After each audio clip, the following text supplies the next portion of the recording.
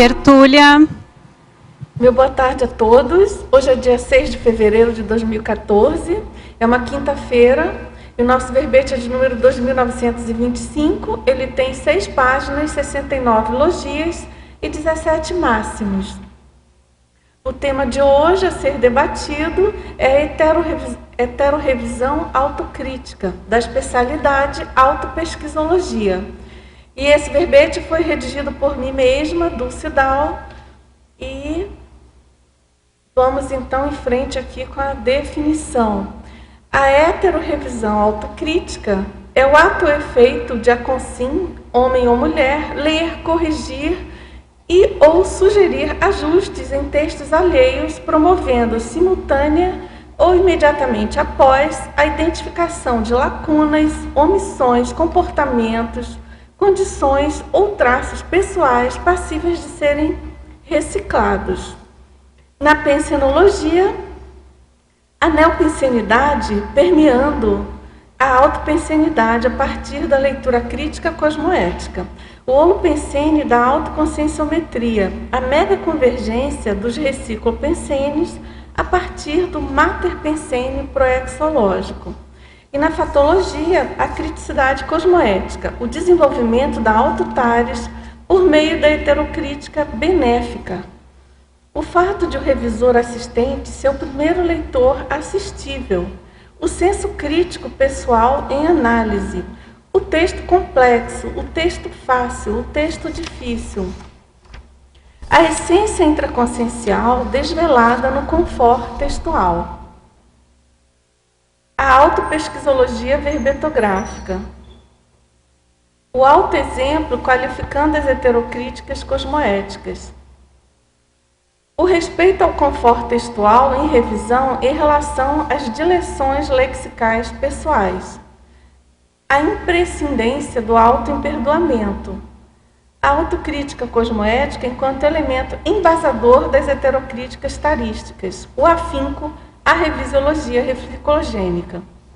E na parafatologia, o campo grafopensênico instalado a cada nova revisão, o parapsiquismo intelectual coadjutor no processo da heterorevisão autocrítica, a assimilação revisor-revisando, as sincronicidades entre o tema revisado e o momento de autopesquisa do revisor, as sincronicidades lexicais, a heterorevisão autocrítica potencializando a autoparapercepciologia lúcida. Agora eu chamo a atenção que aqui na fatologia nós temos 23 linhas, o que configura um máximo. E na argumentologia, nós destacamos então uma listagem, que é a caracterologia, com 10 categorias de críticos não excludentes. Também tem uma listagem com 20 identificações pertinentes passíveis de ocorrer a partir da heterorevisão autocrítica. E na remissiologia nós destacamos consciência crítica cosmoética, conscienciografia, crítica benéfica, heterocriticofilia intelectual e revisão conscienciológica. E na frase enfática, a heterorevisão autocrítica é instrumento eficaz para os aprofundamentos autopesquisísticos, a autoqualificação assistencial e a intercooperação grafopensênica de intermissivistas. Na questionologia, você compreende o valor interassistencial da heterorevisão autocrítica. Na condição de heterorevisor, mantém-se lúcido para as posturas autocríticas, autoimperdoadoras. E na bibliografia específica, nós temos então 3 fontes bibliográficas. Agora, na revisão aqui do mega-análise, do João Paulo, nós temos então os 20 itens: intercooperação, autorrealismo, autorreflexão, autocorreção, autorado, autotares, detalhismo, reciclogenia, gesconografia, heterocriticofilia, conscienciografia, autopesquisologia, autocosmoeticologia, autodiscernimentologia, conscienciometrologia, interassistenciologia, autopensenologia, coerenciologia, revisologia e criticologia. Agora, pessoal, a gente já tem aqui algumas perguntas de teletertulianos. E então a primeira é uma teletertuliana e ela pergunta então sobre a antonimologia na página 11, na primeira linha.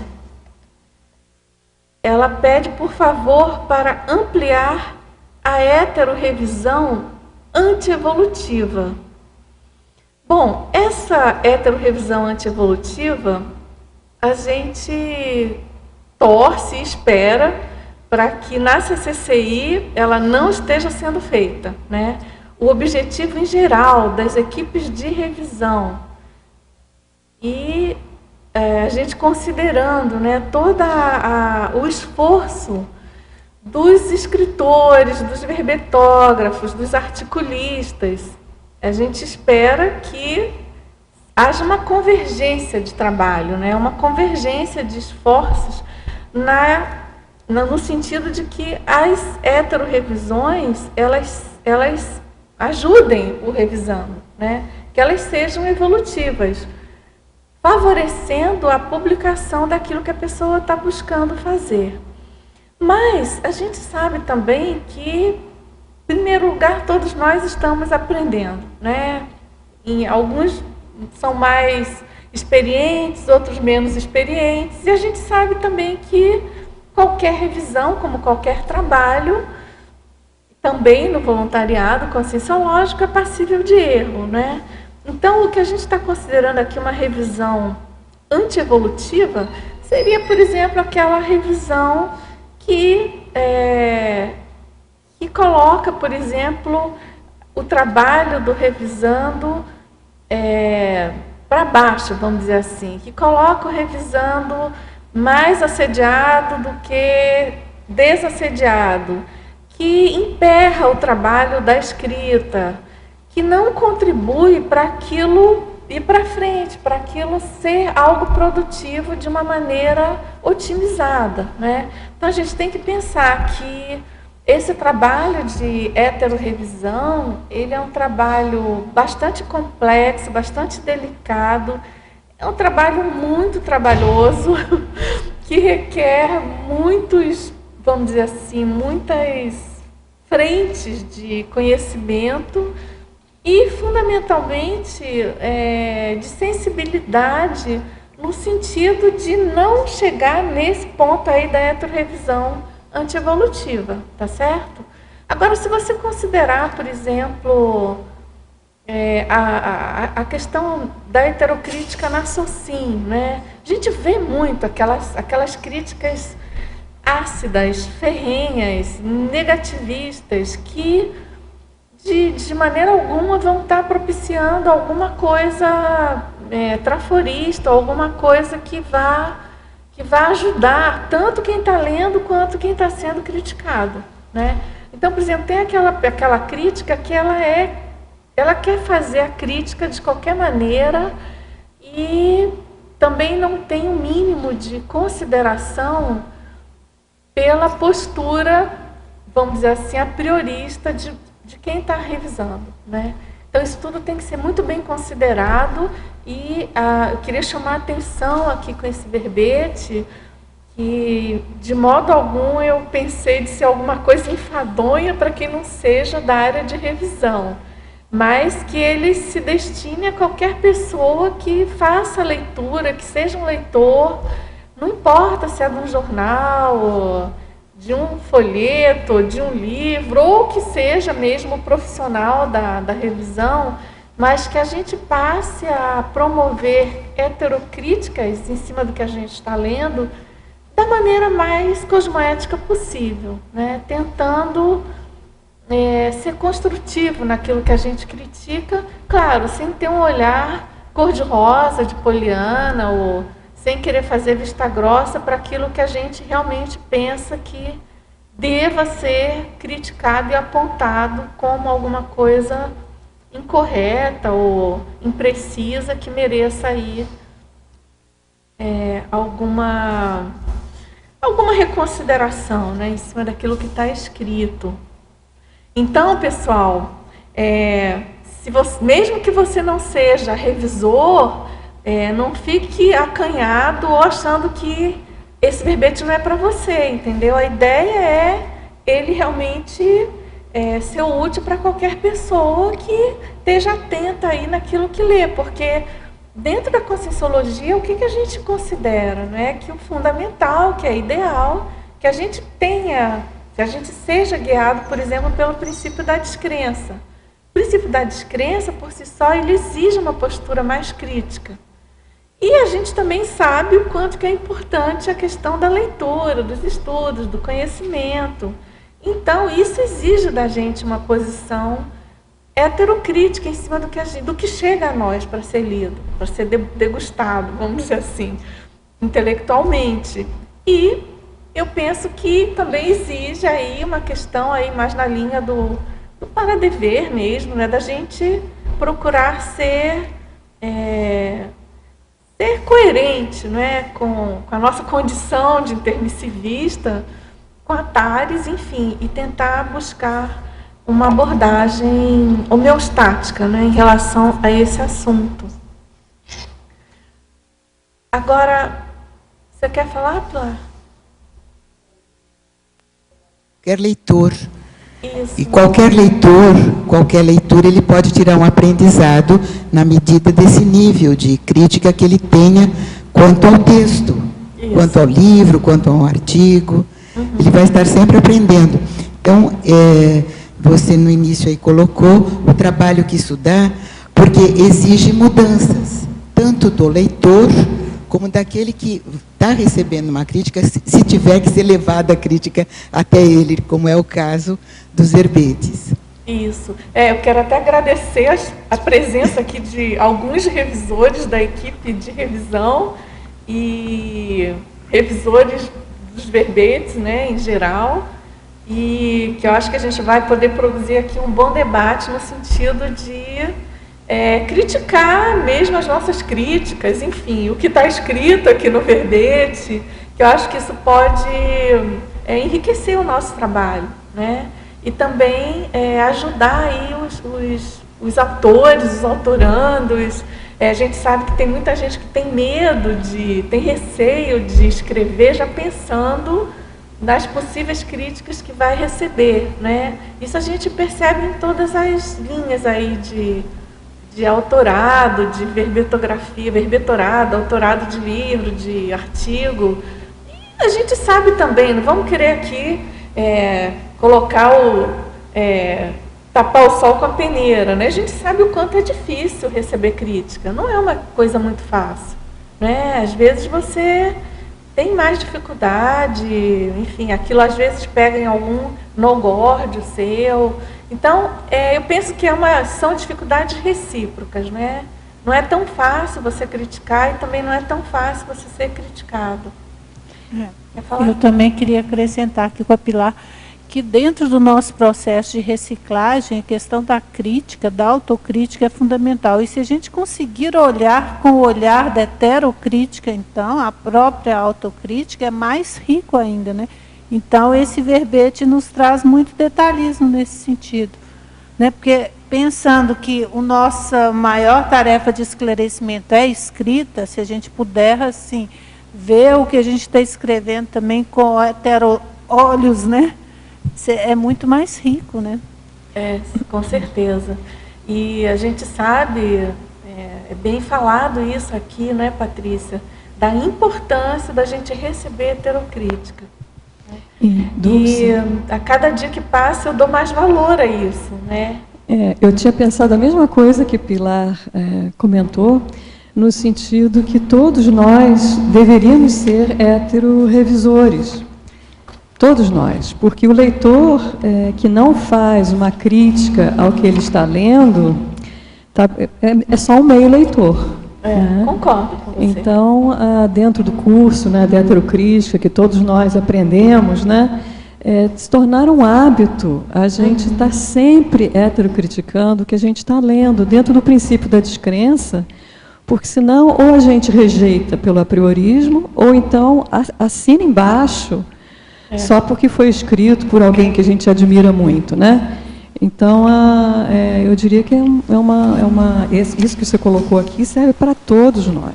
E eu fiz questão, eu tomei o cuidado aqui na definologia de não fechar no revisor, né? Eu coloquei ler e não revisar, justamente pensando nessa... Porque antes da gente ser um escritor, a gente tem que ser um bom leitor, claro, né? Eu acho que ninguém vira escritor sem ler. Claro, né? certamente. Então, a gente vai aprimorando, afinando, inclusive vendo com quem a gente tem afinidade na leitura, para afinar também a nossa habilidade na escrita, né?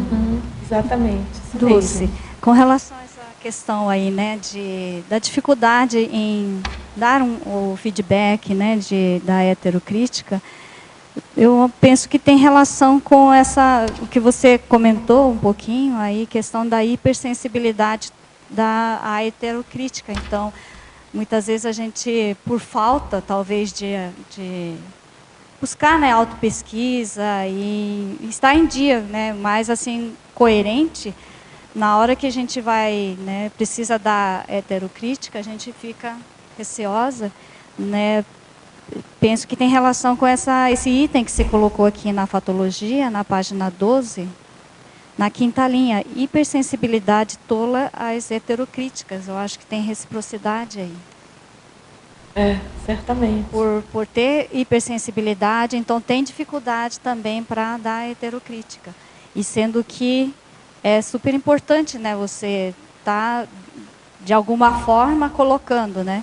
Mas tem forma, como você falou, mas eu acho que melhor do que, mesmo que saia torto, né, não saia direito, é um treino, na verdade, né? Vai com o tempo refinando, né? E eu penso que essa questão justamente do ato de você escrever, de você ler, de você receber heterocrítica, de você fazer a sua autocrítica, ou o ato de você fazer mais heterocrítica, dependendo da sua fase, né? Mas, de todo modo, eu acho que é importante a gente pensar todas essas atividades como parte de um pacote, vamos dizer assim, o pacote conscienciográfico que impõe a todos nós, intermissivistas, desempenhar algum papel, né? Então, a gente precisa entender que isso também entra aí num crescendo. Tem todos os degraus que a gente tem que conquistar, né? Muitos de nós não temos muita familiaridade com a escrita, alguns têm, outros não, uns mais, outros menos. E alguma coisa a gente sempre tem, né? Mas dependendo da pessoa, até pela vida, né? Por essa vida intrafísica. Uns desenvolveram mais, outros se afastaram mais desse processo.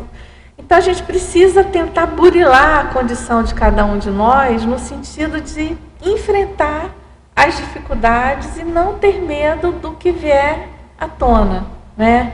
É aquela questão do autor vidraça, né? Você passa a ser vidraça. Então, desde do processo inicial que você escreve alguma coisa, e o primeiro leitor, no caso, o primeiro leitor revisor vai fazer aquela crítica, às vezes isso acontece, né?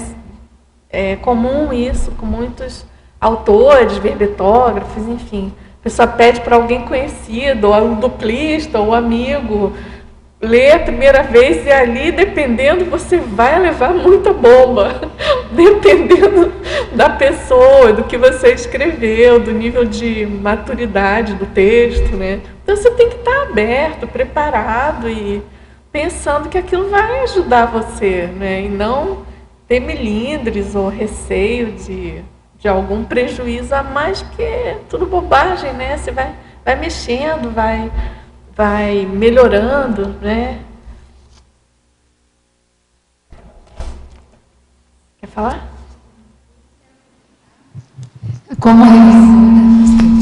Como revisora, aproveitar que essa verdadeira aula, né, também sobre a questão da revisão, que é uma realidade, né, da equipe aqui de revisão de verbetes, da equipe também. Eu também faço parecer para editários de livros, enfim, de artigos.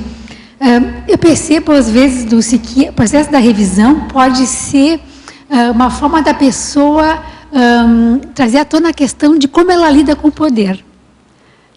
Queria ter sua opinião sobre isso, porque, de alguma forma, o revisor tem ele se vê empoderado da opinião, enfim, até, às vezes, direcionar a destinação, daquele texto, daquele livro, daquele verbete, daquele artigo. E aí eu acho que é um excelente momento de autopesquisa, quando isso às vezes vem à tona, e a pessoa se dá conta de como ela lida com situações em que ela tem poder, sobre outra consciência. Eu vejo isso em mim, eu vi isso em mim. E estou realmente me pesquisando, estou tentando mexer em alguns traços, onde isso ficou bem evidente. Queria saber se você percebe isso também, como é que é o seu caso, e aproveitando para fechar a pergunta, como é que você faz, se você que é uma revisora experiente, veterana, como é que você faz autopesquisa, que técnicas você usa a partir das heterorevisões que você faz? Sim, claro que tem um verbete inteiro fala disso, mas se você puder nos dar alguma dica, de como é que você já faz, vai nos ajudar. Vamos lá. Bom, então, em relação à questão do poder, eu, particularmente, eu gosto muito desse assunto, até já escrevi um verbete sobre isso, mas eu penso assim que esse ponto é muito sério para os revisores, porque não tem dúvida que a tarefa de revisão, ela exige um posicionamento muito cosmoético em relação a esse assunto. É claro que na relação revisor-revisando tem uma assimetria de poder. É claro que tem. Geralmente o revisor ele tem um papel ali de cercear mais ou menos a liberdade do autor. Ele tem, dependendo do caso, ele tem o poder de cortar ou não o acesso daquele autor a alguma publicação, a participação de algum evento científico. Então, é um papel que, eventualmente, ele é de muito poder, E isso precisa estar muito claro, principalmente para quem revisa, Precisa estar muito claro para a pessoa não tirar partido disso, não pode. Isso é absolutamente antiético, antes de ser anticosmoético, A pessoa tem que ter um mínimo de isenção, no sentido de buscar ali uma retidão, vamos dizer assim, técnica, Agora, sim, eu particularmente, assim, em relação a esse assunto, não é um tema que esteja na minha pauta de prioridades. Eu acho que eu considero, é claro, que todos os trafores disponíveis no cosmos são passíveis de serem descartados também em etapas, Eu acho que você nunca descarta totalmente um trafor ou um trafar. Você nunca descarta, totalmente. Mas você, de certo modo, você reduz, vamos dizer assim, a carga de influência daquilo na sua vida, no seu cotidiano. E assim eu penso que essa coisa de querer ter poder e usar daquele poder para... Isso não me preocupa aqui nesse... Não acho que é uma tendência minha séria que eu precise mudar. Por outro lado, eu tenho um senso crítico que eu sei que é acima da média. Eu sou uma pessoa muito crítica, sempre fui, desde que eu me entendo por gente. Então, eu preciso cuidar. Eu preciso cuidar para dosificar aí o meu senso crítico. Eu sei que às vezes ele passa da conta. Então, eu tenho que tentar equilibrar, e isso também é um problema, eu penso, acho que é um problema para a maioria das pessoas que querem superar aí trafares, que às vezes você erra por excesso, e, por exemplo, no caso, você entra na leniência, vamos dizer assim, crítica, e, não, deixa para lá, não, tá tudo bem, bota panos quentes, não, já critiquei muito, já... E também não pode, porque eu até coloquei na fatologia, essa questão de você não corrigir o erro alheio, também isso é um erro, né? Isso também não pode, você não pode deixar. Se você viu, é antitarístico, né? É antiassistencial você não apontar, né? E então, agora, uma coisa que eu acho que é séria é a maneira como você faz isso, né? Agora, você me perguntou também sobre alguma técnica, né? Eu gosto de fazer listagens, né? Eu, como não tenho muita paciência, não é muito no meu estilo ficar com escrita muito... eu sou mais sintética, né? Então, eu procuro, quando eu vejo alguma... Eu estou lendo, né? Alguma coisa, que aquilo me pega em alguma coisa, em algum item, ou às vezes é uma palavra, às vezes é uma frase, ou às vezes é o próprio título de uma obra. Então, eu anoto, eu vou fazendo as listas e coloco aquilo como prioridade para eu cuidar, né? Então, por exemplo, já teve verbetes que eu revisei, que eu elaborei lista assim, dos itens que estavam ali contidos, ou que aquele verbete me remeteu, para eu colocar em prática, né? Buscar vivenciar aquilo como um cotidiano meu, né? Então, eu funciono mais nessa linha, sabe, Eliana? Não são muitas elaborações assim, sistemáticas, não. E essa questão de atualização das listas de pendências, né? Listas de buscas alcançáveis, né? Itens alcançáveis. Eu gostaria de comentar sobre isso que a Eliane falou, porque eu acho que é uma realidade. Não é? Acho que é uma realidade. Porque você está ali no papel de fazer uma crítica no que aquela pessoa escreveu. Qualquer comentário que você fizer está indo contra alguma coisa que estava no imaginário da pessoa que escreveu. E se a gente tem um passado mais controlador, que eu posso dizer que eu tinha, o que acontece? Por mais branda que seja, às vezes, a sua intenção, não necessariamente a pessoa vai ler com a brandura que você quis escrever. Até porque o passado está ali e as consequências estão ali também.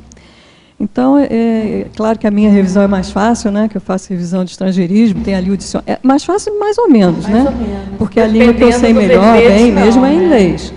Estou até retomando o meu francês, mas às vezes as coisas vêm em latim, é impossível. Quer dizer, eu vejo se aquela frase, se é um provérbio, alguma coisa de latim, que eu possa consultar e ver se aquilo existe, tudo bem. Mas se já é uma coisa que vai ter que declinar, que já está usando aquela palavra, e começa a entrar numa seara que eu não domino. Então, mas o que eu quis dizer é que eu busco, né, o que eu procuro fazer? Eu busco primeiro verificar em todos os dicionários possíveis, imaginários. Às vezes a coisa vem numa língua diferente, que você não está sacando qual é. Eu lembro uma vez até a Fabiana, ela colocou não era nem francês nem espanhol, era aquela língua lá, catalão, né, sei lá, uma língua ali intermediária. Occitânia. Aí você tem que procurar para ver se aquilo ali é uma língua que não é o francês. Não, aqui em francês está errado. Não, mas não era francês que a pessoa escreveu. Ela escreveu em outra língua.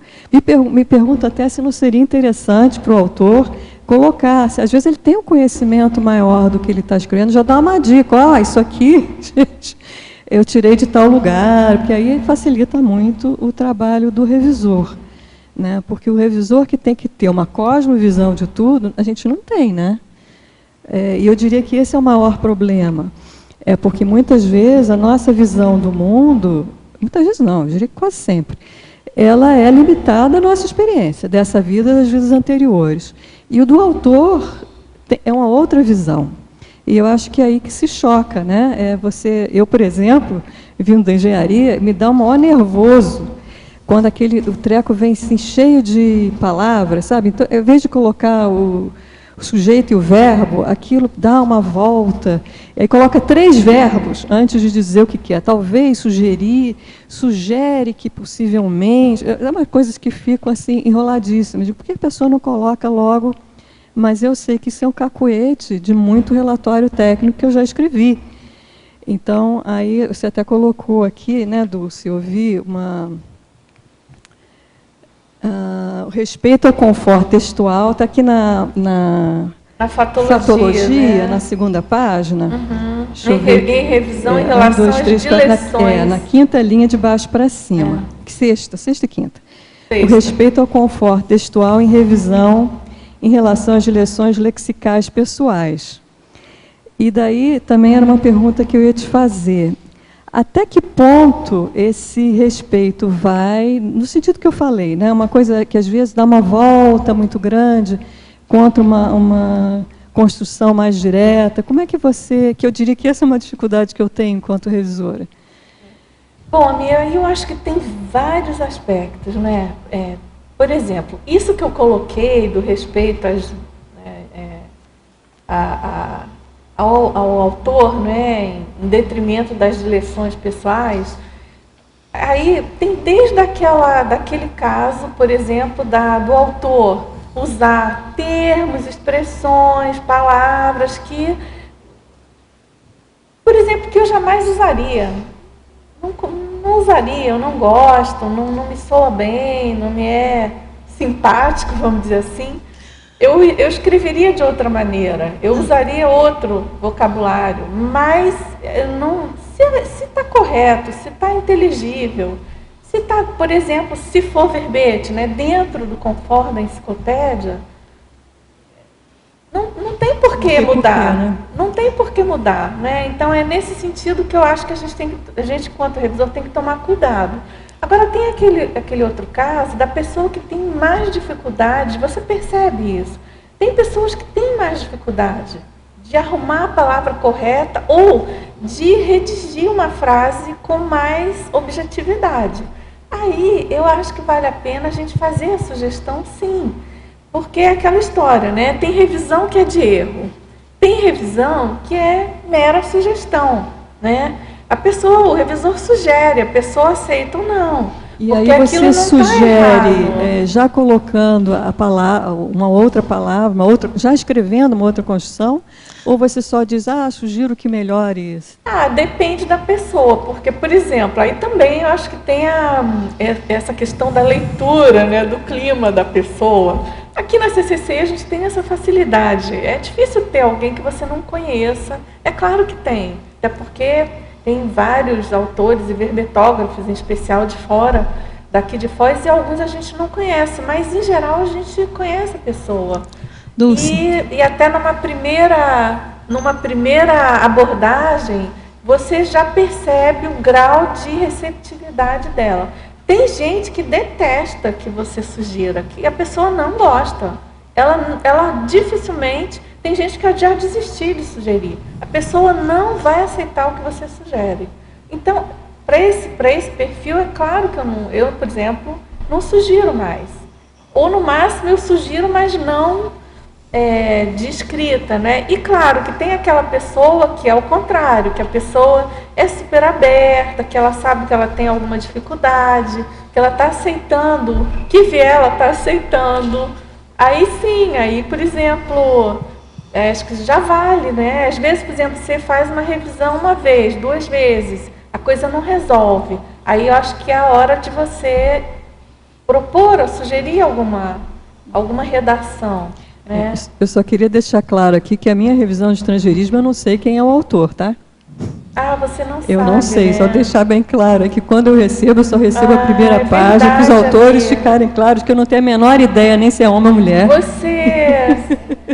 Eu faço uma revisão totalmente séria. Mas você sabe que você está colocando uma coisa importante? Eu acho até bom. Você prefere... eu não sei se eu prefiro, simples, mas de fato, eu acho que eu fico mais isenta do que se eu soubesse quem é. Ainda mais que o estrangeirismo não é aí a alma do negócio, né? Às vezes eu percebo que a pessoa não conhece a língua. Fica à vontade aí, a gente pode repensar, né? Foi uma questão de fluxo, de ritmo das revisões, mas se você achar importante, interessante, ou em algum caso... Eu acho até que me deixa numa posição bem isenta. Certo. Na revisão dos verbetes, por exemplo, é o contrário, né? A gente precisa, em geral, interagir com o verbetógrafo, porque até para entender, às vezes, né? Eu compreendo que muitas vezes eu estou interagindo, na realidade, com o consolidador do verbete, mais do que com o autor. Eu imagino que seja isso, né? Muitas vezes eu sugiro, mas a bola final vai ficar com o consolidador, né?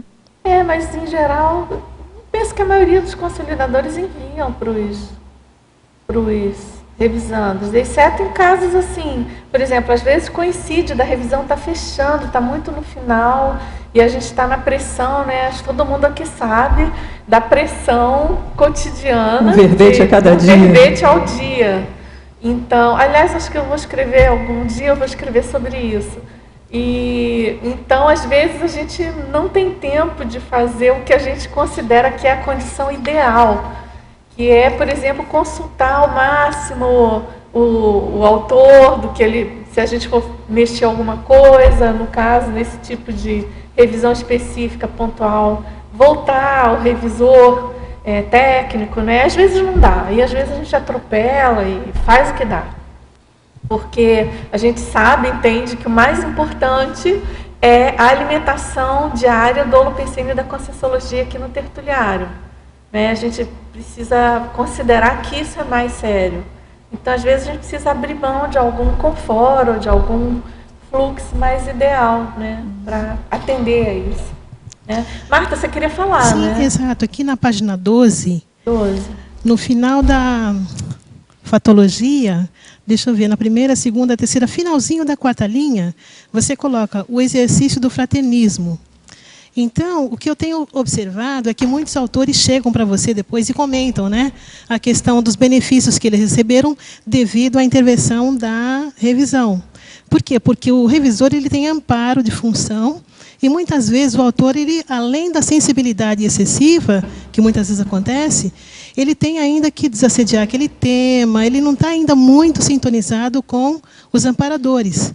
Então, eu queria que você falasse um pouco quais são os benefícios que os autores já falaram com você, já se referiram, benefícios da revisão. Tá, Marta, olha, em primeiro lugar eu vou falar da minha condição de autora, né, verbetógrafa, autora, enfim. Eu penso assim que os benefícios, eles variam em função da obra. E em função da etapa que você teve a revisão, né? Mas, em primeiro lugar, o que eu penso que é o mais sério é que o revisor, ele tem uma abordagem de fora de quem escreveu. Então, ele sempre vai apontar condições, aspectos que você não deu conta de ver pelo seu absoluto envolvimento com aquilo que está escrito. Você não tem como escrever sem envolvimento, principalmente sendo conscienciografia, tá certo? A gente não está falando aqui de uma escrita comum, a gente está falando de uma escrita multidimensional, que envolve tares, que envolve reciclagem. Então, ela é muito mais séria, ela é muito mais densa, mais difícil, né? Então, essa questão de um outro olhar sobre o que você escreveu, independente do que seja, sabe? Do que o revisor aponta, eu acho que é uma grande benesse. E uma outra coisa é essa questão, dentro dessa linha, né? É uma questão de você ter uma visão de alguém que não está com nenhum apriorismo ou com nenhum mecanismo de defesa sobre aquilo que a pessoa pode ter ao ter escrito aquilo, né? Às vezes, de uma maneira inconsciente, você omite alguma coisa, você não enfrenta algum assunto que quem está de fora aponta para você, né? Então, eu já tive, por exemplo, heterocríticas muito úteis, muito eficazes, sobre, por exemplo, alguma coisa que eu estava escrevendo, que eu tinha escrito, que não acrescentava quase nada ao meu livro. E aquilo, segundo uma heterocrítica, eu nem sei te dizer se isso é tão pertinente, mas, de todo modo, eu ouvi, entendi e cortei fora. Eu coloquei aqui um item que eu penso que é fundamental para esse trabalho, que é a cosmoética destrutiva, né? No autorado e na revisão, enfim, essa questão da cosmoética destrutiva, de você cosmética destrutiva conscienciográfica, né? Eu acho assim fundamental. Então, a heterocrítica, para mim, uma das grandes benesses é ela propiciar a prática da cosmética destrutiva no meu texto. Ela me ajudou e me ajuda muito. E aí, em relação aos outros autores, em geral, do que eu já ouvi, né? Eu já ouvi várias pessoas agradecendo, se referindo a essa questão, essas questões que eu coloquei, isso não acontece só comigo. E também tem uma outra coisa também que eu acho bem interessante, que às vezes a pessoa que está de fora, ela consegue organizar as ideias que às vezes o autor não consegue. Por ele, às vezes, estar embolado com algum processo de reciclagem dele, sim, algum travão que impede ele de levar aquilo adiante, vem alguém de fora e olha aquilo super claro. Ah, mas por que você não levou para esse lado? Ah, por que você não aborda isso dessa maneira? Ah, mas por que você deu esse recorte por essa especialidade? O megafoco não é esse que você está querendo falar. Isso. Às vezes a pessoa está assim, quer escrever sobre um assunto, em algum momento ela desvia. E aí eu estou me incluindo também, tá, gente? Não quero me colocar aqui com nenhuma perfeitinha da escrita, não. Eu também faço isso. Eu sei que eu cometo todos esses erros que eu estou colocando aqui. Que às vezes eu consigo ver a tempo, né? Mas às vezes você está predisposto a escrever alguma coisa. E aí no meio do caminho você desvia e tal, e vai, inventa uma outra especialidade, ou amplia a primeira abordagem que você estava dando, e às vezes você não está querendo ir para algum assunto que você tinha que enfrentar, que seria um mataburro seu, por exemplo, um travão que você precisa enfrentar. Agora, por exemplo, é interessante também que a oficina que o professor João Paulo concedeu para a gente, neste sábado, né? Ele falou exatamente isso, né? Que dá para fazer análise, que ele consegue fazer análise conscienciométrica do verbetógrafo de acordo com o verbete que é escrito. Ah, com certeza. Certamente. Então, isso é importante. Isso é um fato, né? A gente, né? É importante a gente tentar aprofundar nisso, né? Bom, agora tem uma pergunta aqui em parafatologia, quinta linha de baixo para cima. Favor ampliar as sincronicidades lexicais e os extrapolacionismos parapsíquicos revisiogênicos. Você acha produtivo fazer uma lista dessas ocorrências para fazer uma reflexão posterior?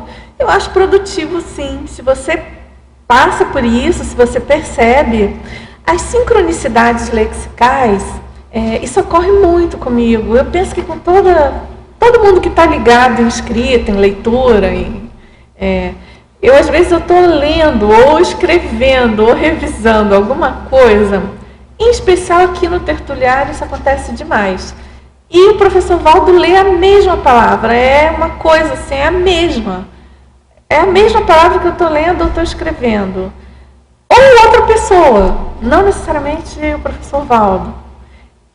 Que aqui no Tertuliário, quando a gente está na mini tertúlia, ele é quem fala mais, não é? Felizmente.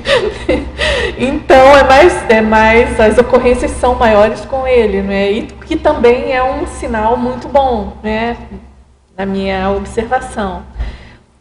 Então, isso ocorre não só aqui também, eu vejo que isso ocorre, por exemplo, você está ligado num tema, num assunto, e aí você liga a televisão e tal, o mesmo assunto, o mesmo tema, a mesma expressão e a mesma palavra, né?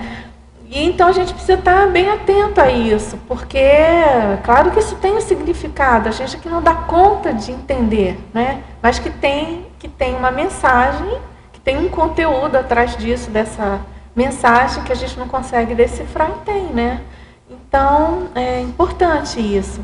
E essa questão dos extrapolacionismos parapsíquicos revisiogênicos é nessa mesma linha, não é? Eventualmente a gente tem algum extrapolacionismo parapsíquico no sentido de ter algum insight, alguma informação extra, alguma facilidade de alguma intuição, ou uma telepatia, ou às vezes, por exemplo, você está fazendo uma revisão e você nem se percebeu que tem um erro em algum momento, e tem alguma coisa séria, e aí vem aquela ideia, né? Ou aquela intuição de você rever ou abrir tal arquivo. Enfim, são extrapolacionismos porque eu não tenho, assim, por exemplo, essa competência de acontecer isso normalmente com tudo que eu faço, né? Um dia eu espero chegar lá.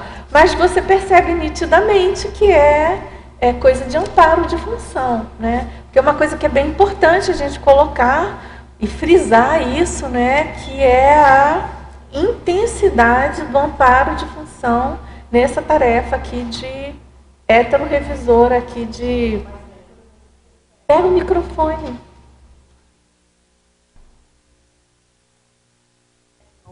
Tem alguma ideia para a psíquica que venha uma informação sobre a pessoa que escreveu o verbete?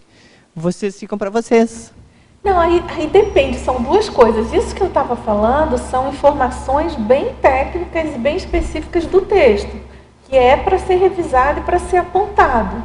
Agora, é claro que na revisão você pode fazer uma assimilação e ter alguma informação mais densa, mais profunda, aí vai depender aí do gabarito parapsíquico do revisor, né? Mas você consegue pescar coisas do revisor, até porque, claro, você está ali assimilado com a pessoa, você está tentando entender o que ela quis dizer com aquele texto. Então isso é natural, entendeu? É natural acontecer. Que aí faria parte do desassédio.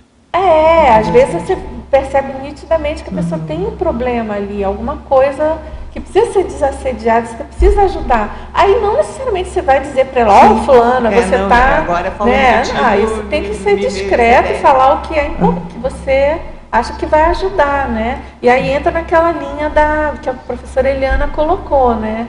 Que aí eu acho que é uma coisa da pessoa ser discreta e também não querer ficar querendo aparecer com o que não é. Porque se você tem uma informação de amparo de função, você vai ter informação que precisa, né, para fazer assistência. Então você tem que ter esse discernimento de dosar ali o que precisa dizer ou não, né? E nós somos revisores, não consciencioterapeutas. Exatamente. Nem conscienciômetros. Bem lembrado. Não, assim, agora no momento que eu fiz a pergunta, me veio a resposta também, que não é o desassédio mesmo, né? Seria. Exatamente. Nosso foco é esse, né? É em cima do texto, fazer o desassédio. Mas o engraçado, quando a gente está escrevendo verbete, assim, o que me chamou muita atenção é que vem a informação, quer dizer, vem a devolutiva de vocês, ela vem limpa. Não vem assim nada de rebarba, nada. É muito legal, muito legal. Que bom, ótimo feedback. Mas enfim... Estamos abertos aí para as melhorias. Me chamou a atenção mesmo, sabe? Que bom. Vem muito limpo, muito limpo. Parabéns. Né? Obrigada aí para todos, né? Ligou o microfone? Para cima.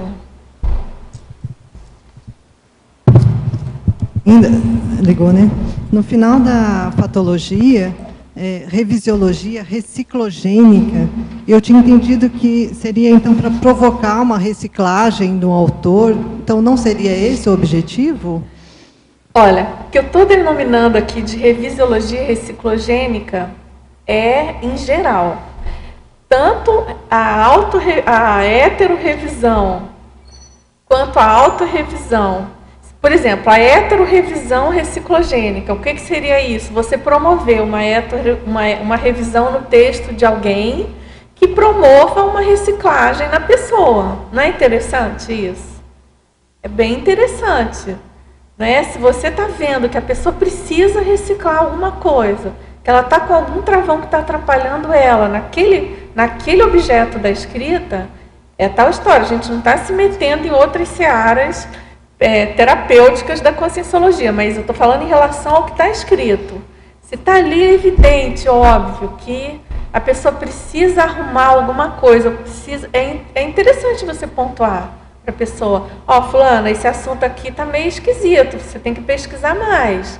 Que tal você dar uma reciclada aí, revisar isso que você propôs, então amadurecer essa ideia, faz aí as suas reciclagens, vai fazer as técnicas propostas pela conscienciologia e melhora aí o que não está muito bom, né? Aprofunda mais nesse sentido, entendeu? E no que é alta, é claro que aí sim, aí a gente pode ir, deve ir bem mais fundo, né? A questão do autoemperdoamento, né? Então, a questão da revisiologia, no caso, aí você pode fazer uma revisão do que os outros escreveram, buscando a autorreciclagem, né? Que é a condição que eu acho muito importante, muito séria, no sentido da gente conseguir qualificar, né, a nossa revisão, em primeiro lugar, mas é que se a gente não sai qualificando os nossos trafares óbvios que estão ali no cotidiano das nossas revisões, dos outros, como é que a gente vai melhorar a própria revisão, em primeiro lugar? Não tem como, você vai ficar empacado ali. Como você vai conseguir ter mais amparo de função? Como você vai conseguir ajudar melhor as pessoas, né? Fazer mais TARES e tudo, nesse sentido, entendeu? Então, assim, pensa assim numa maneira ampla, generalizada, né? Por exemplo, o que seria ideal, não é? Tudo que a gente lê, e que a gente faz uma crítica, que a gente conseguisse que isso chegasse no autor, não é? Não seria melhor para o autor, de algum modo, considerar aquilo? Aí ele recicla se ele quiser, é problema dele, mas que ele tivesse acesso a alguma consideração construtiva, né? Positiva, enfim. Certo? Tudo bem? Claro. Como que você faz para fazer revisão de textos tão diferentes? Por exemplo, pegar um texto de física, de matemática, de engenharia, coisas que não, de medicina, ou você acha que precisa trabalhar numa certa especialidade? Olha, eu aqui na enciclopédia, né, da Conscienciologia, a gente tem essa problemática da diversidade, né? Então a gente trabalha Conscienciologia e Tudologia, né? Então a gente tem esse desafio, não tem dúvidas.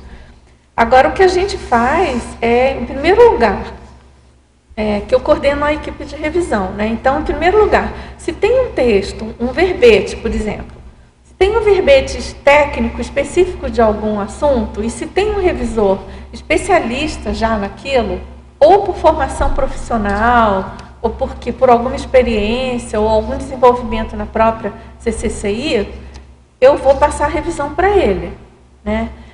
Por exemplo, a gente tem uma revisora, a professora Nina Rosa, né? Ela é historiógrafa e historiadora, enfim, tem doutorado, e ela está na equipe de revisão agora, né? Ela entrou não tem tanto tempo. Então, a tendência é que os verbetes sobre história sejam revisados por ela, ou pelo menos, se não for possível, se ela estiver sobrecarregada, ou que pelo menos passe pela revisão técnica dela, né? Na equipe a gente tem vários especialistas e, por exemplo, a professora Eliana é psicóloga, é comunicóloga, a professora Mia é especialista, né? Claro, a professora Rosa nem precisa falar, né? Doutora em matemática, tudo e questão de sistemas, enfim, tudo nessa área, óbvio que a revisão maior é dela, né? A gente tem outros especialistas, né? Não está me ocorrendo aqui agora. Mas nós temos na equipe de revisão, tem outros matemáticos também, tem médico, tem física, né? A professora Marta Ramiro e a professora Miriam Kunz, aí na área de meio ambiente, também dos animais, dos pré-humanos, enfim, tem vários, né? E a professora Rose, nutricionista, consciencioterapeuta, o professor Eucárdio aí da própria gramática de línguas, né? A questão do latim, por exemplo. Então, assim, agora, como é que a gente faz? Na CCCI, a gente tem uma equipe, tem as pessoas especialistas. Então, eventualmente, se não tem esse especialista na nossa equipe, a gente recorre aos especialistas da CCCI. Pessoas físicas mesmo, né? Ou, em algum caso, a própria IC. Agora, o que você colocou, com certeza, é um desafio. Até porque a gente tem essa problemática, né, da questão da transposição do paradigma convencional para o paradigma da conscienciologia, que é um outro problema, né, que a gente tem que lidar também, né? Mas tudo bem, faz parte. Aí a gente vai aprendendo aí. Tá certo? Aproveitando a cunha aqui, com relação ao próprio verbete de língua, logo que eu cheguei em Foz do Iguaçu, me chamou a atenção essa palavra hétero. Hétero? Ou hetero, tem gente que pronuncia hetero. Aí eu consegui fazer uma pesquisa nos dicionários gregos e portugueses, todos eles falam em hétero. Só um que tinha o acento na segunda sílaba. Então, eu fiz um artigo, até não tem aqui no momento, classificando, né, e definindo que a melhor pronúncia é hétero. Hétero. Ah, tá bem. Muito bem. Exatamente, porque antigamente... Puxa, nesse caso, que acento, bom, né? Não vou precisar mudar a minha... Mesmo a palavra derivada, com prefixo hétero, mantém o hétero. A gente costuma manter o acento como se fosse para o paroxítono. Eu tenho um artigo, se alguém desejar. Não tem aqui no momento, mas eu fiz uma pesquisa grande nos dicionários gregos, né, e dos derivados. Muito bom. Dulce, na 4ª linha de baixo para cima da parafatologia, página 12, você diz aqui, o passado multissecular conjunto, impondo a tares interpares reconciliadora. Eu gostaria que você falasse alguma coisa nesse sentido. Ô, Miriam, aqui a ideia é a gente pensar grande em relação à CCCI. A gente pensar no papel de cada IC, no papel de cada especialista e no papel de cada autor e de cada revisor nesse processo todo. Você concorda que nada vem à toa, você não revisa um verbete, ou um texto, ou um livro à toa. Então, a gente pensar sobre esse aspecto das recorrências interpares, né? E eu coloco aqui a palavra interpares, até tem um verbete da professora Mabel Teles, que eu até coloquei aqui na remissiologia, que justamente é o esclarecimento interpares, né? Que é também interessante a gente pensar nessa condição da interdependência, né? Da nossa questão de datares interpares, né? Ou seja, está todo mundo mais ou menos no mesmo barco, uns um pouquinho melhor, um pouquinho pior, uns com mais facilidade, outros com menos, mas no fundo, é todo mundo, né, intermissivista aí praticamente de primeira vez, tentando correr atrás dos prejuízos, recuperando aí os cões. Então, eu penso que essa questão da atenção a esse assunto, ele pode ajudar muito a gente a entender essa tarefa nossa. Porque, em alguns momentos, a gente sabe, quem lida com a questão da revisão, a gente sabe o quanto é difícil em alguns momentos. O quanto é exaustivo, é desgastante mesmo, às vezes. E a tarefa de autor também, né? A gente sabe que isso não é fácil, que não é... requer muito suor, não é assim, escrevi. Então, eu acho interessante a gente pensar nessa condição, né, desse passado multissecular conjunto, do que a gente já escreveu errado, para quem, o que, para quem, né, em quais circunstâncias e de que modo a gente pode resolver, ou melhorar, ou amenizar isso aqui, né? Vendo você falar assim, fazer um trabalho de ver que revisores a gente já revisou e que tipos de verbete a gente já foi, coube a gente revisar, deve ser bem interessante. Dá uma boa pesquisa. Agora, a minha pergunta, sabe qual é? Na principiologia, na 2ª linha, você fala assim, o princípio do equilíbrio universal para direito. Eu queria que você falasse desse princípio dentro desse tema da heterorrevisão autocrítica. O princípio do equilíbrio universal do para-direito. O princípio do equilíbrio universal, você pediu. Do para-direito. Esse princípio. O que você pensou quando você colocou? Eu pensei assim, que essa questão do confort do texto, o confort, vamos dizer assim, com C maiúsculo, o confort ideal, ele está dentro, ele integra esse equilíbrio universal, né? E a gente tem que fazer essa leitura pela questão do para-direito, no sentido, vamos dizer assim, que o para-direito, enquanto ciência, tudo com P maiúsculo, ele embasa essa condição. Mas tem o para-direito com P minúsculo, que é o para-direito de quem está escrevendo fundamentalmente, e precisa ser respeitado. Então, a gente não pode querer impor um confort, por mais que a gente pense que tenha um confort melhor dentro desse equilíbrio universal, a gente não pode querer, na minha opinião, né? A gente, enquanto revisor, não pode querer impor o que pode estar fora da condição, do momento evolutivo daquela pessoa que está escrevendo. Eu acho isso um super desafio, entendeu? Porque isso tangencia a questão da revisão do erro e a revisão de erro e revisão de sugestão.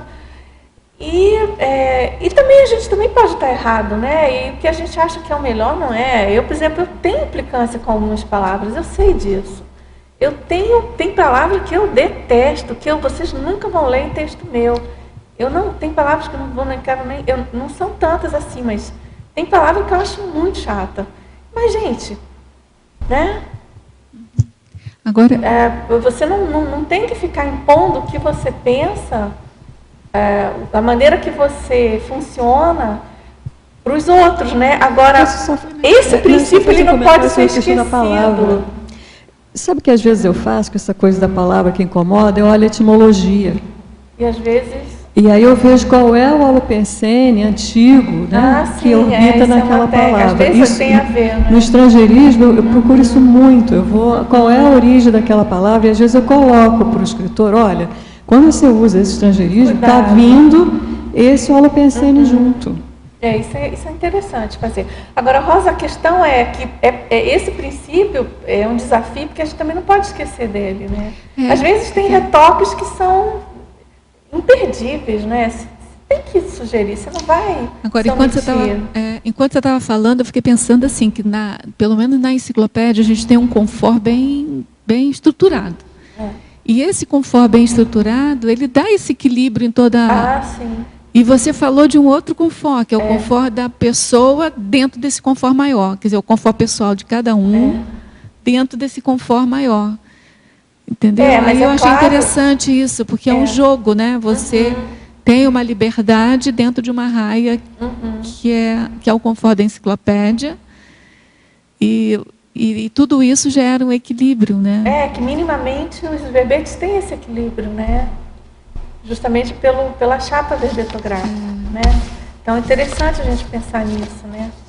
Obrigada. Agora, tudo bem? Então, agora em parafatologia, na segunda linha de baixo para cima, favor ampliar a TENEPS atuante em sintonia com as heterocríticas interassistenciais.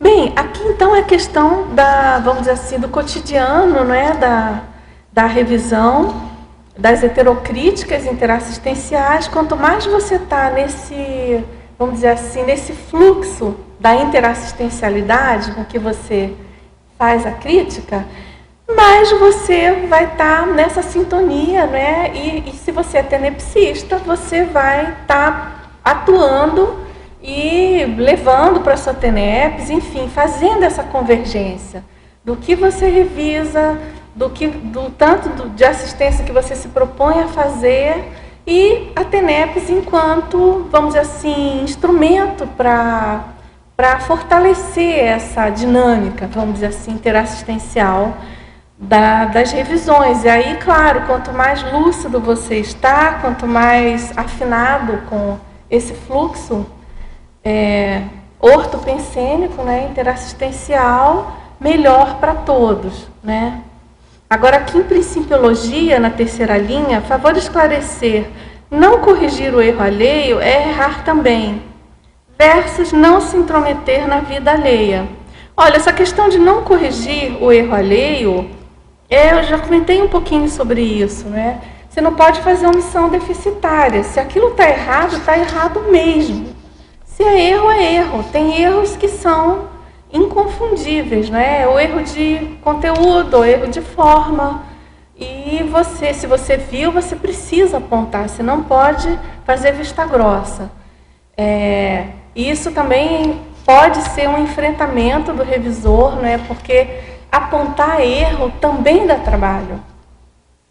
Você dizer para a pessoa que ela errou, que ali tem um erro, tem errinhos e errões, né? Tem errões que exigem mega revisões. Às vezes um erro exige você refazer um texto inteiro, né? Se tem um grande erro, um grande equívoco de conteúdo, aquilo pode exigir muito retrabalho, né? Então não é uma coisa às vezes fácil. E essa questão de não se intrometer na vida alheia, depende, claro, depende também. A gente está falando aqui de uma questão especificamente de revisão de texto, né? Mas revisão em cima de leitura. Mas é claro que você não vai sair apontando o erro dos outros em qualquer momento, de qualquer maneira, em qualquer local. A pessoa tem que estar aberta, predisposta, pedir para você apontar, né? Uma coisa é erro do que a pessoa escreveu se ela te entrega para ser revisado. Outra coisa é você sair dizendo, fulano, você está errado, você errou e tal. É claro que uma amizade evolutiva, um relacionamento mais, vamos dizer assim, transparente, mais aberto, vai permitir que você faça isso. E a gente sabe que quanto mais você conseguir fazer isso e receber crítica, melhor para todo mundo, mas você tem que dosar também, não é para qualquer pessoa, em qualquer lugar, em qualquer momento. Tá certo? Às vezes, muita ajuda quem não atrapalha, né? Também você não pode ser intrusivo e anticosmoético de sair apontando, colocando a pessoa em fria, né? Em constrangimento público. Tem que ver isso tudo, né? Você quer falar? Tecnologia, o que é técnica da circularidade? Olha, essa técnica, ela é proposta pelo professor Valdo, é uma técnica muito utilizada por ele, tanto nas aulas, nas tertúlias, quanto na escrita, né? Então, a questão da técnica da circularidade é você retomar um assunto sob um ângulo próximo, mas que ele já é um pouco diferenciado, e isso vai fazer com que você expanda aquilo que você está se propondo a passar, a ensinar, e ao mesmo tempo fazer com que aquilo se aprofunde e que outras pessoas possam compreender.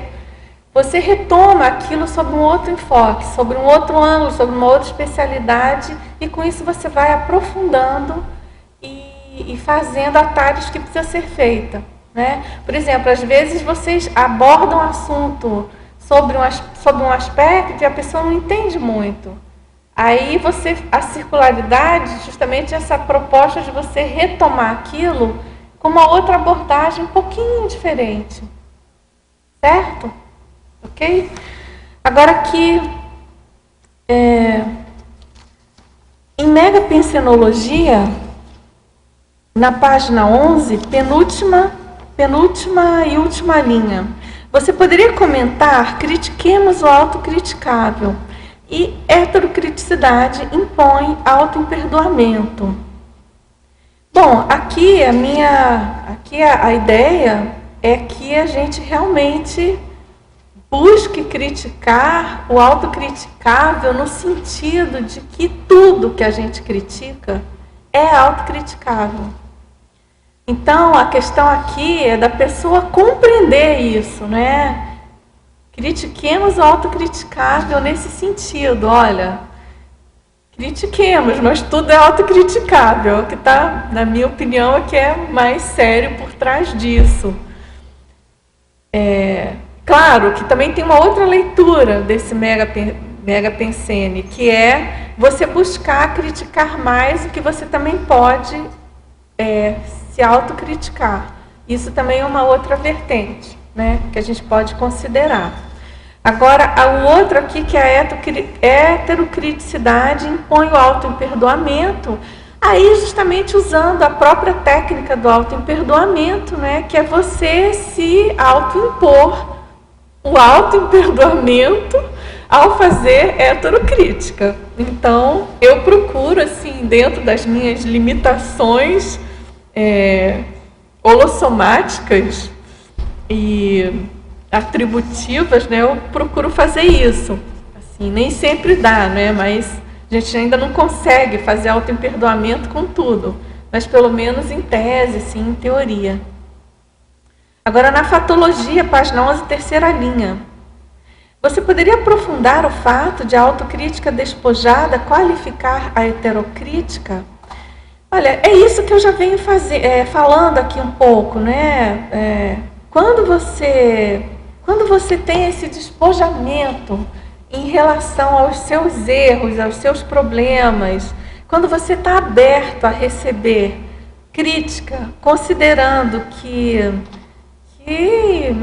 você é passível de erro mesmo, que você está muito longe da perfeição, e isso gera em você um holopensene propício a uma crítica cosmoética. Por quê? Porque você está sendo mais coerente, você está vai criar uma holosfera, um holopensene também de mais assistência, porque você tem mais coerência em relação à sua pensenidade. Então, nesse sentido, eu penso que é batatófila, que é essa postura. Isso aqui que o pessoal aí pensa, depois se alguém quiser comentar. Aí tem uma outra pergunta aqui, na quarta linha também da fatologia. Você poderia aprofundar o ato de pensar no mal sem pensar mal da consciência? Quais as consequências de pensar mal e falar mal dos outros?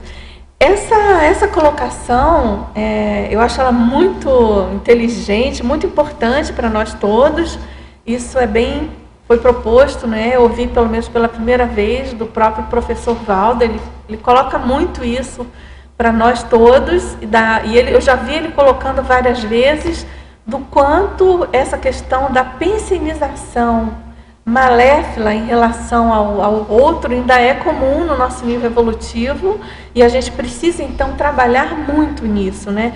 E essa técnica, então, ela é fundamental quando você está fazendo revisão. Você detecta um problema, você detecta um trafar da pessoa que escreveu, ou de você mesma, né, no caso aqui da autocrítica, e você pensa naquele mal, você pensa naquele problema, mas você não fica pensenizando mal da pessoa. Ah, a pessoa é assim, tá vendo? Nem fica jogando energia ruim para ela. Você pensa no mal, para entender o mal, para poder fazer a assistência que tem que ser feita. Agora sim, eu não vou dizer para vocês que é muito fácil fazer isso. É difícil. Agora você consegue, você pode. É uma coisa assim de você tentar se policiar mesmo, né? Tentar fazer o máximo isso. Quando se pegar escorregando, voltar para o foco do mal em si, e não na pessoa, né? Ou nas decorrências daquilo. Né, para não entrar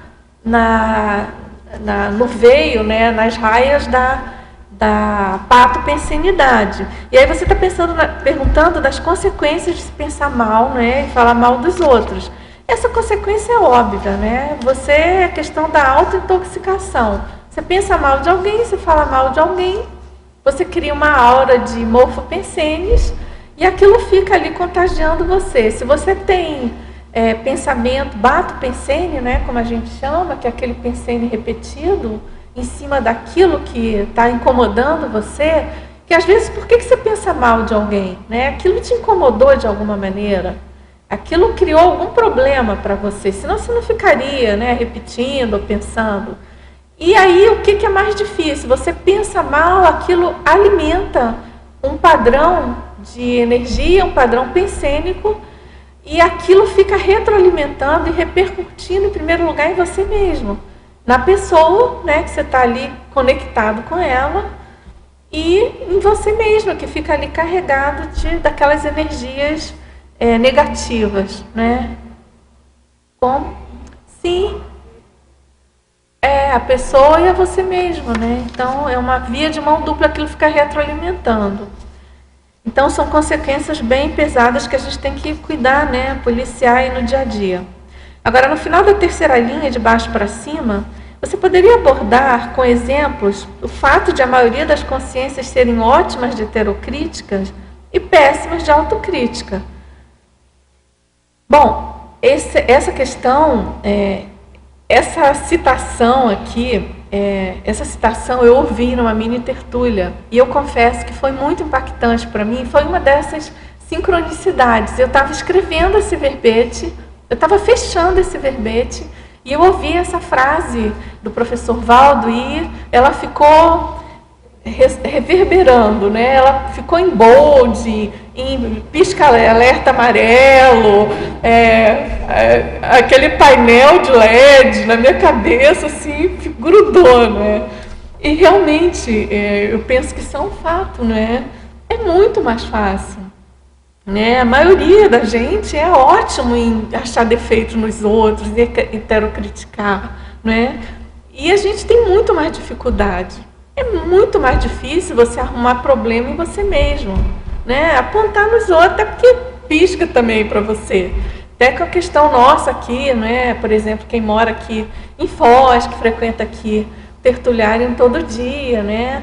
Fica assim também mais presente a questão do parapsiquismo, você fica mais sensível assim ao que transborda, né? Ao que transluz aí dos outros, né? E, então, é bem dentro do espírito desse verbete, né? É mais fácil a gente só fazer heterocrítica, apesar do nosso papel ser esse, quando a gente é revisor, né? A gente tem esse papel, a gente não pode fugir disso. Se a gente fugir, a gente vai estar indo contra também o que chega a nós do nosso trabalho, né? Mas a gente precisa cuidar, então, para ser crítico em relação àquilo que a gente está criticando, né? Agora, na fatologia, ele pede, por favor, comente sobre o ato de acabar a autocorrupção e depois aprofundar a autocrítica. É claro, se você tem autocorrupções sobre algum assunto, você vai sempre estar superficial naquela crítica daquele tema. Se você não acabar com aquela autocorrupção, você vai sempre estar permeando de uma maneira mais incipiente, menos profunda, menos importante, porque aquilo está permeado por uma camada de autocorrupção. E aí, se a gente pegar também a questão extrafísica, né? Pensa bem se um amparador vai investir em você para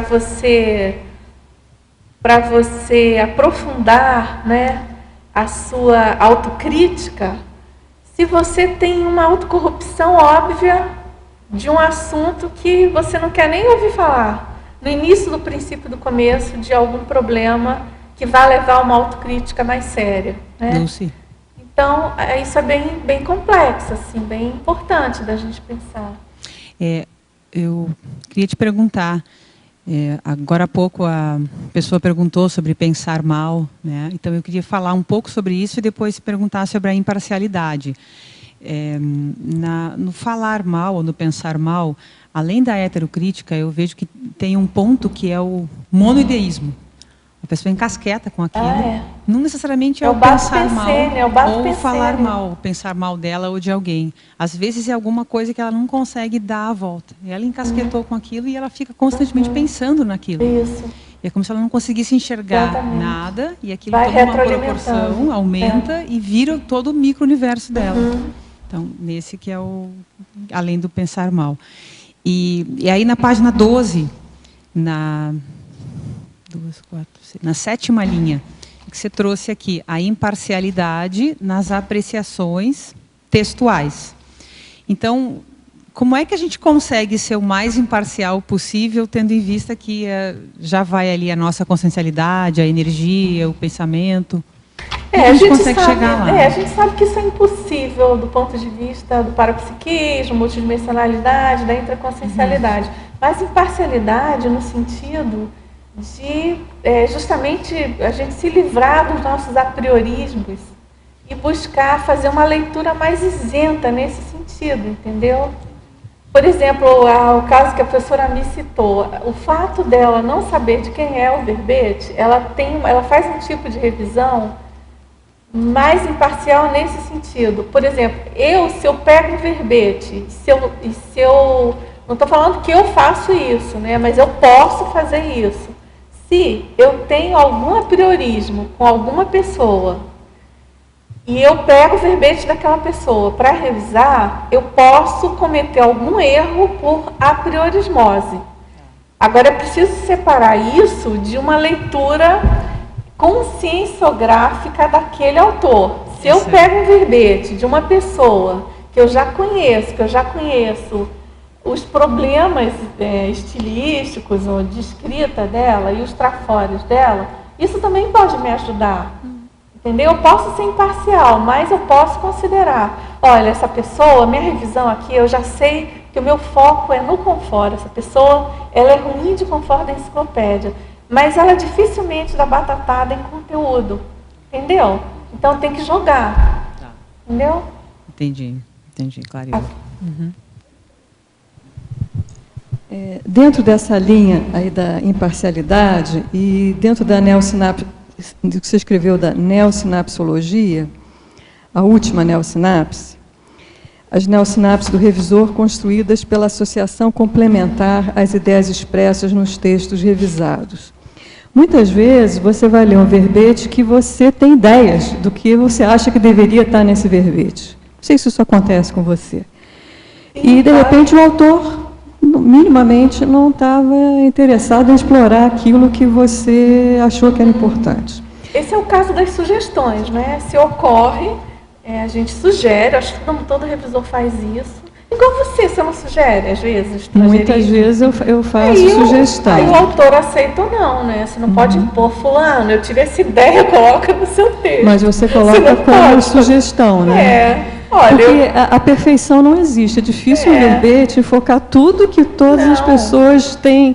Porque uma hora você falou, o revisor está mais isento quando lê. Eu acho que não. Todos nós temos ideias sobre os conteúdos que a gente está lendo. Então, essa isenção não existe. Não, isento no sentido, isento sobre aquele texto. O que eu escrevi, eu nunca vou ter a mesma isenção que qualquer outra pessoa. Nunca. Isso não existe, você concorda? Como eu produzi aquele texto, a minha isenção sobre ele é diferente da de qualquer leitor. Tem um sentimento de posse, é um filho, tem uma emoção ali. Tem um monte de coisa ali impregnada. A minha pensenidade está ali impregnando aquele texto. Então, a minha isenção é sempre menor do que a do revisor. Porque uma das coisas que até, às vezes, eu penso que seria interessante, mas eu não sei como fazer isso sem o revisor perceber. É tipo assim, colocar um verbete do professor Valdo para ser revisado. E ver como que se a gente não cairia ali de penada em cima dele. Não, mas você sabe que naquela época do holociclo, eu não sei se você participou de alguma equipe de preenchimento de verbete. Que eu participei. Era um pouco não, eu me lembro que teve, agora não vou saber dizer o título, que na época eu falei, professor Valdo, esse verbete ficou fraquinho, porque ele estava muito pequeno. Aí ele olhou para mim, sabe, com um desprezo, assim, total. Você não entende nada, ele tem que ser assim, ele está muito mais profundo dessa maneira. É porque ele tem umas técnicas dele, né? Tem sessão, por exemplo, que ele bota um item de propósito. Porque às vezes você queria... Eu lembro um verbete visão, por exemplo, que é mínimo. Digo, gente, se fosse escrever o verbete sobre visão, ele seria uma coisa enorme. Agora, imagina eu revisando aquele verbete. Eu ia encher de... Quer dizer, embora eu não faça esse papel, mas aí você tem que ver assim, que o clima de escrita de verbete do professor Valdo, assim, a relação dele com a escrita não tem nada a ver com a nossa, né? Em primeiro lugar, ele, de modo geral, ele vivencia e domina praticamente quase tudo que ele escreve, né? Então, tudo bem que tem uma pesquisa ali básica que ele pedia para se fazer e tal, Mas, vamos dizer assim, o arcabouço geral, o recadão geral do verbete, ele já tem, né? Ele sempre tem. Então, e claro, aquilo ali eles escreviam por dia, né? Mas você entendeu o que eu estou falando? Você acabou de expressar o que eu digo. Você sabe, sabendo que é do professor Valdo, você vai já assumir que existe esse arcabouço e vai ter um tipo de visão. Sabendo que é escrito pelo Zezinho, você, muitas vezes, você pode fazer uma revisão inadequada. Concorda comigo nisso? Não, eu concordo com você. Eu acho que tem que casar. Agora, por exemplo, dentro disso que você está falando, por exemplo, naquela época que a gente fazia preenchimento de detalhismo, na verdade, a gente estava fazendo uma revisão, né? Sugestões de revisão, né? A gente sugeria e tal. E muita coisa ele aceitava. Ele aceitou muita coisa, né? Em algum momento ele parou e tal, ficou sem tempo e não era prioridade. Mas eu concordo com você. Eu acho que dependendo de quem você está revisando, você vai entender melhor, você conhece melhor a pessoa. Eu não sou a favor de você fazer revisão sem entrosamento com o revisado. Revisando, né? Eu acho que você tem que ter esse entrosamento, tanto para entender melhor a pessoa, entender o que ela quis dizer com aquilo e ser mais flexível, se for o caso, né? Ou você até tirar dúvidas ou apertar a pessoa, e depende. Né? Mas, por exemplo, você pega um texto de uma pessoa que você, sei lá, pegar um exemplo do médico, né? Aí você pega um verbete que está bastante sucinto, bastante técnico, e que se você não soubesse que a pessoa era um especialista, você ia ter um outro olhar, claro, faz parte. Puxa, mas será que será que isso aqui, que ela entende mesmo? Eu falei médico, mas não foi um bom exemplo, porque verbete de medicina, em geral, se a pessoa não for médica, dificilmente vai estar na enciclopédia. A gente pode pegar uma outra profissão qualquer, entendeu? É claro que o olhar do revisor é diferente. Vou pegar a história. Você pega um texto sobre história de uma pessoa que é historiadora, você vai criticar? Vai. Você vai achar erro? Vai. Mas o seu olhar é diferente se você pegar um texto sobre história de uma pessoa que você sabe que não conhece muito bem história. Às vezes a pessoa escreve sobre um assunto e não tem uma bibliografia. E você, enquanto revisor, você vai ficar mais atento. Né? Tem que ficar. Puxa, a pessoa não é do ramo, não tem bibliografia. Opa, eu tenho que ficar atenta. Tem que ficar mesmo, senão você corre o erro de ser omisso. Né? Agora, deixa eu voltar aqui. Você quer? Tudo bem, Amir? Daria um verbete, né? Um outro verbete esse assunto. Vamos pensar. Vamos pensar. Imparcialidade relativa. Agora, na segunda linha de baixo para cima, na ciclologia, a improdutividade do ciclo pensar mal, evocar assediadores, fortalecer desafetos, alimentar patologia. Então, esse ciclo, ele ilustra bem, né, aquele problema que a gente falou ainda há pouco do pensar mal, né, das consequências do pensar mal. Então, é justamente isso, você além de toda aquela questão intraconsciencial, da autointoxicação, você faz também essa evocação. Com isso, você piora tudo, né? Você fortalece, vamos dizer assim, os problemas, né? Os desafetos, é claro, que aí começa a ter o intercâmbio extrafísico, né? Para desafetos, né? Vamos dizer assim, um intercâmbio de fofex sobre aquele mal-estar. Isso tudo só vai piorando e vai retroalimentando essa condição ultrapatológica. Por isso que a gente tem que pensar muito bem, a gente que é conscienciólogo, que é tenepsista, a gente pensar mal é muito mais sério do que qualquer outra pessoa, né? A gente tem muito mais responsabilidade sobre isso. Bem, aqui tem uma pergunta na terceira linha da fatologia, que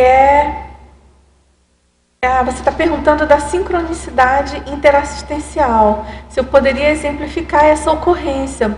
Olha, tem muitas ocorrências, mas deixa eu pensar, uma coisa que eu acho que é mais comum é, por exemplo, você ter acesso, você está revisando um verbete, e aí cai na sua mão alguma informação bem específica, bem pontual, que vai enriquecer muito, ajudar muito aquele texto ou aquela pessoa. É sincronicidade, você não estava pesquisando, aquilo caiu para você ajudar a pessoa. E assim acontece, eu penso que isso acontece com todo mundo que mexe com texto, aí, com escrita, né? Então, tem desde esse tipo de sincronicidade até as sincronicidades, vamos dizer assim, inerentes à própria revisão em si, né? A questão dos extrapolacionismos que eu comentei ainda há pouco, de você, coincidentemente, acontecer alguma coisa em dado momento de você estar revisando algum texto. Então, isso tudo é muito potencializador de tudo que você está, da escrita, né? Do que você está ajudando. Então, a gente tem que ficar bem atento a isso. E aqui você pergunta também sobre a questão da heterorevisão em texto complexo e em texto difícil, mantendo a lucidez. Aí você tem que dosar, né? Quando a gente coloca texto difícil, texto complexo, tem textos mais fáceis, mais difíceis, ou porque o texto foi mais trabalhado e do ponto de vista energético ele está mais limpinho, ele já chega ali mais claro, né?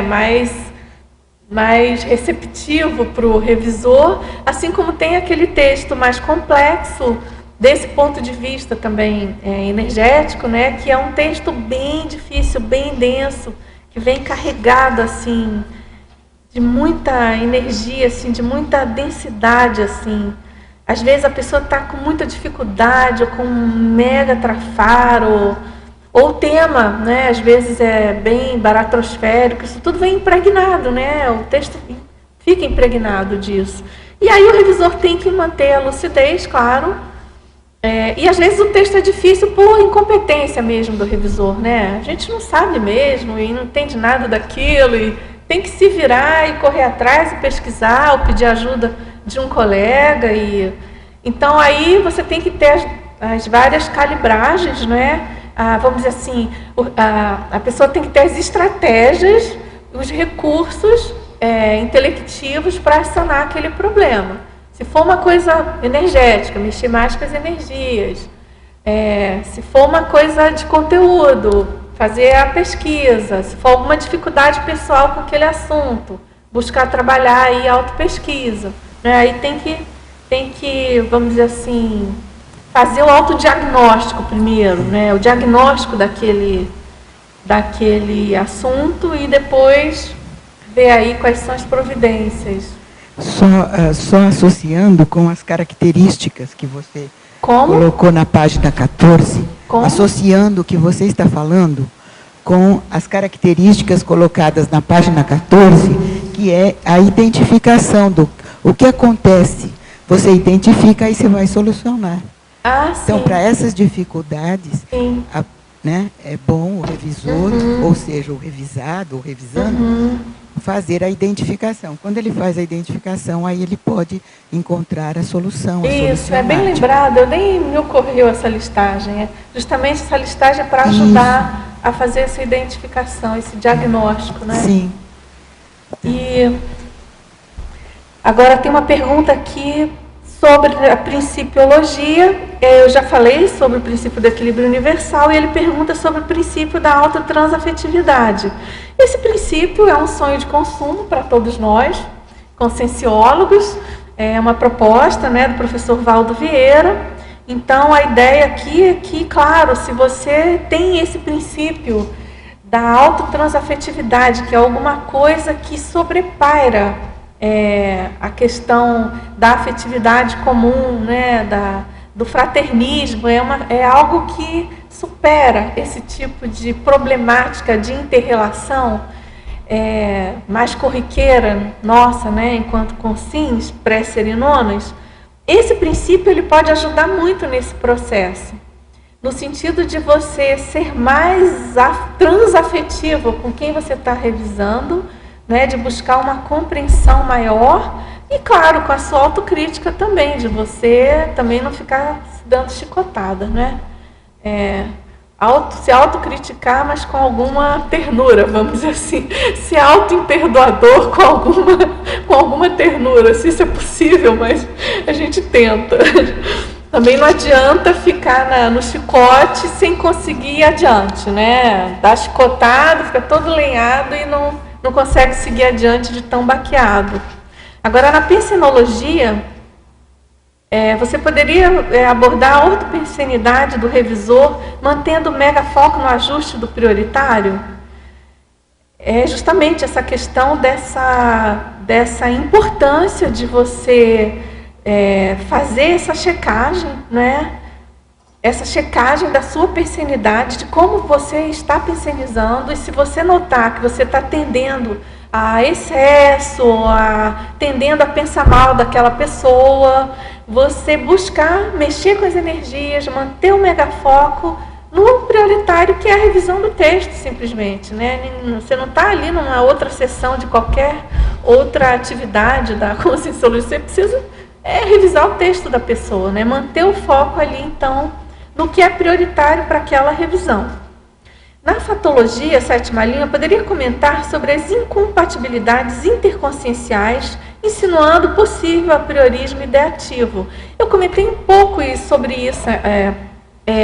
Acontece, isso já aconteceu comigo, e já aconteceu, e eu tive, na época, eu tive uma superação bem interessante. Eu voluntariava numa outra IC, especificamente sobre o assunto de livro, e essa questão do apriorismo ideativo que você tem quando você tem alguma incompatibilidade totalmente nosográfica com alguma pessoa. Então, você já acha que tem problema no que aquela pessoa escreveu, porque você já tem alguma antipatia absolutamente descartável, né? A gente não pode mais se dar esse luxo. E aí você tem esse problema, né? Então, é preciso ficar atento quando isso possivelmente se insinue. Na fatologia, você poderia exemplificar a essência intraconsciencial desvelada no conforto textual? Esse assunto eu acho fascinante. Se tem uma coisa que eu gostaria de aprofundar em termos de pesquisa, é essa questão do desvelamento intraconsciencial com a conscienciografia, né? Eu acho isso muito interessante, muito rico, né? Desde o texto do título que a pessoa propõe, da maneira que ela escreve, como ela se coloca, isso é bem interessante. Eu acho que esse é um assunto para todos nós, né? Conscienciólogas, e a gente precisa aprender a lidar melhor com os textos, com a escrita, com o confort da conscienciologia, que tem todo um diferencial. E, nesse sentido, a gente até lembra, né, João Paulo está aqui presente, da mega análise que João Paulo faz diariamente aqui nos verbetes, que ele próprio colocou, né, a mega análise ilustra bem isso, né? É uma das técnicas, né, da conscienciologia. Agora, ela pede se eu podia fazer um cotejo do título do verbete com o curso Heterocrítica de Obra Útil. Esse curso é um curso do CAEC, ele é muito interessante. Se você não fez, eu recomendo. Ele é coordenado pelo professor Antônio Pitaguari, professor Laine Loche, já foi ministrado pelo professor Valdo Vieira no início. E justamente você faz a heterocrítica de um livro e, eventualmente, sugere acréscimos desejáveis, né, para o autor. E já se convidou alguns autores para estarem presentes nas heterocríticas, e justamente eu penso que o curso heterocrítica também ele é muito propício a isso, você aprender a fazer uma leitura heterocrítica útil, e que você também possa fazer, não é o objetivo do curso, mas ele pode ser um belo instrumento para você fazer aí as suas autocríticas em cima do que você está ali heterocriticando naquele livro. Eu já tive uma experiência bem interessante uma vez numa heterocrítica que eu fiz em São Paulo, no Rio, desculpa. E aí foi uma autocrítica ao meu favor, né? Eu detectei que eu tinha um trafor que eu não tinha nem noção que eu detectei naquele curso. heterocriticando um autor. A gente tem que lembrar disso também, né, gente? A autocrítica significa também identificar eventualmente algum trafor, né? Não é só negativa. Agora, na parafatologia, você poderia exemplificar as repercussões holossomáticas advindas? Aqui eu estou me referindo às repercussões dessa condição da heterocrítica autocrítica, né? Do bem-estar que isso pode trazer a você. Dessa condição da maior coerência, de mais cosmoética, né? Isso tudo vai ajudando você a ter uma homeostase holossomática mais séria, né? E que você pode perceber isso. Agora, na parafatologia, você poderia exemplificar a sincronicidade entre o tema revisado e o momento de autopesquisa do revisor? Eu já tive, eu não vou lembrar aqui especificamente, mas eu já pude observar, já pude ler, por exemplo, em algum verbete ou em algum texto, um autor me dando assim muitas dicas para um momento de autopesquisa minha, assim. Por exemplo, eu estava escrevendo sobre vontade e aí, eventualmente, eu estava com alguma interrogação, alguma inquietude intelectual, e ao ler aquilo ali sincronicamente me respondia. E isso, se você prestar atenção, ocorre bastante, né? É só você ficar mais atenta. Você pergunta também se eu faço uso do método do escriba multidimensional, se já aconteceu de você chegar antes do contexto. Poderia comentar em relação à autoausculta? Eu não sei o que eu coloquei aqui. Mediante a intraconscienciologia, a heterocriticidade favorece ao revisor a autoausculta minuciosa a partir da capacidade de avaliar a própria condição pessoal holossomática antes, durante e depois dos trabalhos de revisão de conteúdos e formas. Então, isso daí eu gosto de fazer, eu procuro fazer essa técnica. Nem sempre é possível, porque às vezes a gente emenda um trabalho no outro, não para aquela reflexão maior, mas é bem interessante você fazer essa questão de se preparar para aquele contexto, de trabalhar as energias, fazer a sua observação pessoal, o que acontece no decorrer daquele trabalho e depois fazer essa autochecagem posterior. Isso tudo é bem importante nesse trabalho, é bem útil e a gente sabe que o quanto que a gente recebe, né, de benesses utilizando essas técnicas. Você pergunta, tem uma pergunta aqui sobre o desenvolvimento da autotares por meio da heterocrítica benéfica.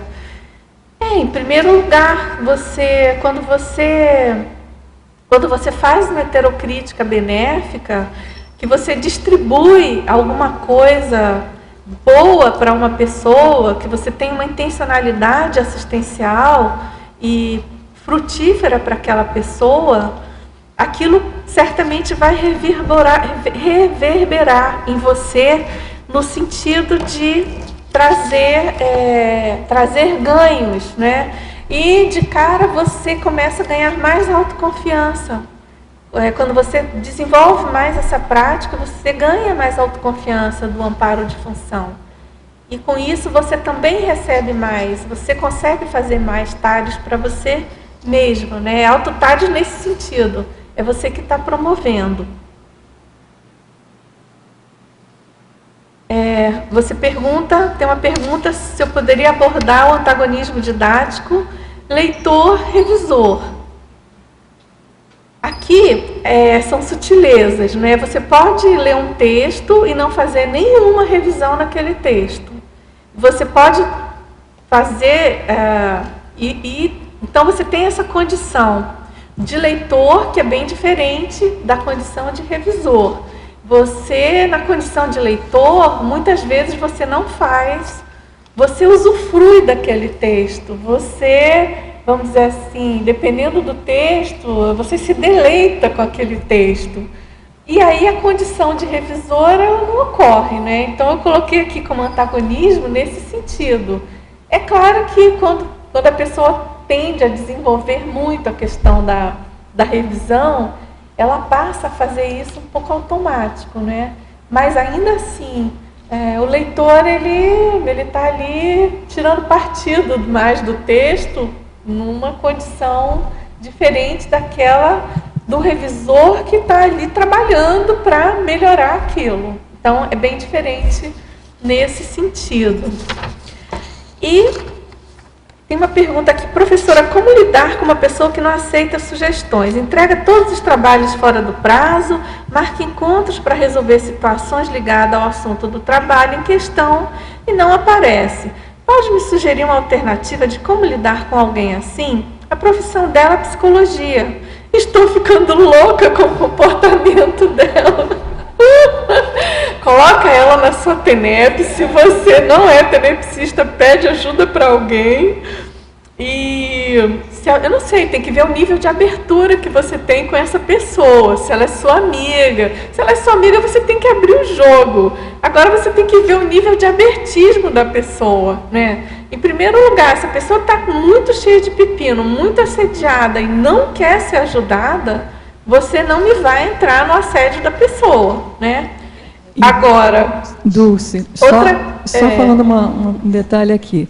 Se a pessoa que é muito pressionada, reverte ao contrário. Tem que mudar a tática. Essa energia que você bota de pressão ataca a pessoa de maneira que ela não vai fazer mesmo. Pode ser que ela esteja assediando mais ainda a pessoa. Então, assim, você tem que dar tempo ao tempo intraconsciencial de quem você está revisando. Não adianta forçar a barra. E também tem uma coisa que é bem séria na escrita conscienciológica. Tem escrita que não adianta você dar prazo. A pessoa que tem que se dar o prazo, porque aquilo pode exigir reciclagens dela e algum aprofundamento, algum trabalho intraconsciencial que só depende da pessoa, né? Agora é importante você deixar claro para ela e seguindo aí os conselhos da professora Ami, jogando as melhores energias, observa se a sua pressão nela não está piorando, né? Tenta amenizar e mudar de tática, né? Ou combinar outras maneiras que não seja encontro pessoal, ou, enfim, muda de tática para ver se isso às vezes resolve, entendeu? Ou às vezes você deixa de molho, dá um tempo para a pessoa, né? Aí às vezes manda um e-mailzinho, fulana, que tal, né? Mas é isso, pessoal, nosso tempo está esgotado.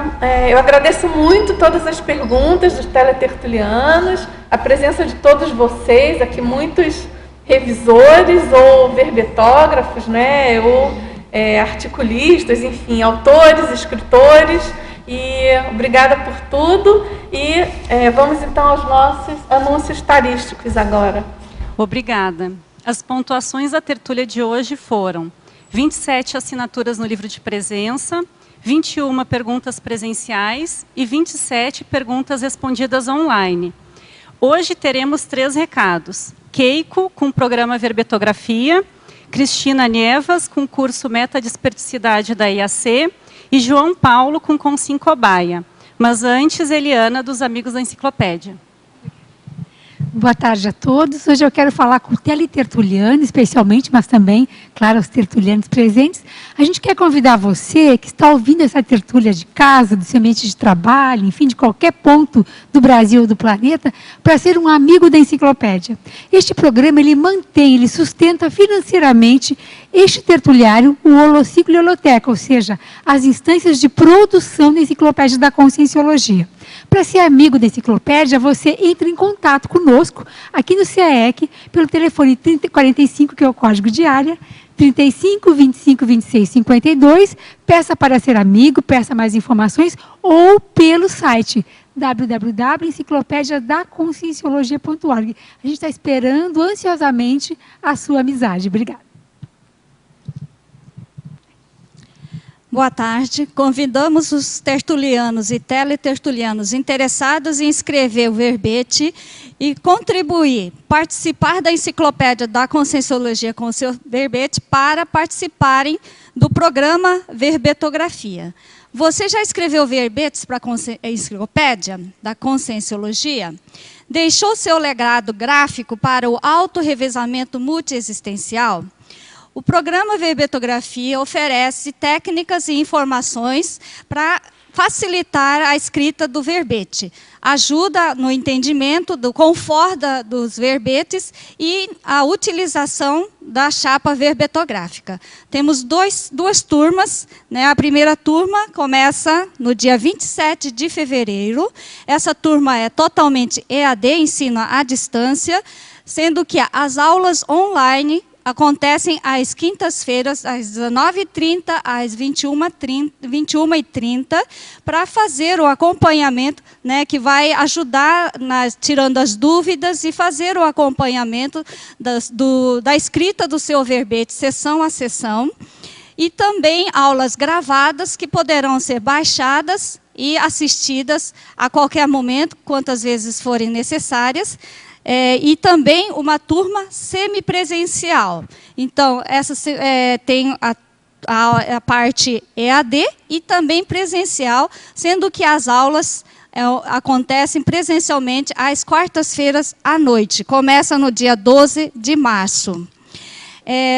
Lembrando que, né, principalmente para a turma EAD, se for possível organizar um grupo de 15 pessoas, haverá desconto de 25%. E para alunos acima de 60 anos, desconto de 50%. Então, aguardamos vocês, a inscrição na recepção do CAEC ou pelo telefone 45 3525 2652. Obrigada. Boa tarde. A IAC informa a vocês o curso Meta Desperticidade, que vai ser ministrado no Porto Alegre. É um curso que tem 4 módulos e o primeiro começa 22 a 23 de fevereiro de 2014. É um curso que leva uma década de experiências com atividades inéditas e inovadoras, elaboradas para ajudá-lo a alcançar a condição de desperticidade. O conteúdo programático totaliza aproximadamente 80 horas de atividades e o curso inclui 4 avaliações holossomáticas e energético-parapsíquicas individuais, 4 módulos teóricos, cada um com 10 horas de duração, 3 tarefas de casa individualizadas, 3 reuniões com o grupo de apoio, um workshop bioenergético e um vídeo discussão. As informações podem ser ministradas no e-mail brasil@iacworld.org e os telefones são 45 84 32 8128, 45 8404 5923 e 45 3028 8123. Obrigada. Boa tarde, eu venho falar em nome da Conscius e do CAEC, do curso Consincobaia mensal, que ocorre hoje, daqui a pouco, às 15 horas. Então, é um curso mais convidado para as pessoas que estão aqui em Foz do Iguaçu, que estão aqui no Tertuliário. Ele acontece mensalmente, o de março é hoje, acontece no Salão das Dinâmicas, numa das salas de aula. O curso tem duração de 5 horas e meia, com 3 campos de Consincobaia. As inscrições são aqui no CAEC. E para quem quiser se planejar, pode ver no site da Conscius, www.conscius.org.br. Tem todo o nosso calendário, ou então, no próximo mês, eu já posso adiantar que é no dia 6 também. Então, o próximo é no dia 6 de março. Então, o curso Consincobaia desse mês de fevereiro começa hoje. Vai ser hoje, às 15 horas, ali no Salão de Eventos, e o próximo, no dia 6 de março, também às 15 horas, aqui em Foz do Iguaçu, e as inscrições no CAEC. Obrigado. Para amanhã, teremos o verbete Assistência ao Voluntário, da especialidade Assistenciologia, da verbetógrafa Bianca Rogoski. Obrigada e boa tarde a todos.